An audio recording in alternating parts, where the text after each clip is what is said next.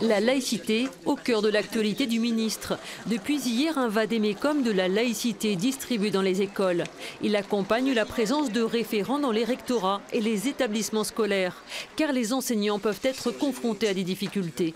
L'exemple concret des cours d'éducation sexuelle ont été évoqués avec les élèves du collège Georges Braque et le ministre. C'est évidemment un enjeu parce que parfois, on a des élèves qui peuvent être d'abord avoir un sentiment de pudeur vis-à-vis de ça, ce qui est bien normal, mais qui aussi parfois peuvent invoquer, notamment dans les cours de sciences, des arguments de nature religieuse pour contester la leçon ou pour ne pas la faire, ce qui bien entendu là est une ligne jaune qui ne doit pas être franchie.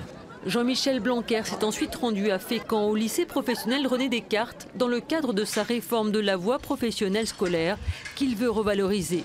Le ministre souhaite encourager les BTS. Quand on parle de poursuite dans l'enseignement supérieur des bacheliers professionnels en particulier, eh bien, c'est notamment vers les BTS qu'il faut se tourner. C'est pour cela d'ailleurs que cette année, j'ai créé 2000 places en BTS en France et que je viens d'annoncer il y a quelques jours la création de 1700 places en classe passerelle, c'est-à-dire des classes qui permettent à des élèves de bac pro de pouvoir se préparer pendant un an à réussir en BTS ensuite.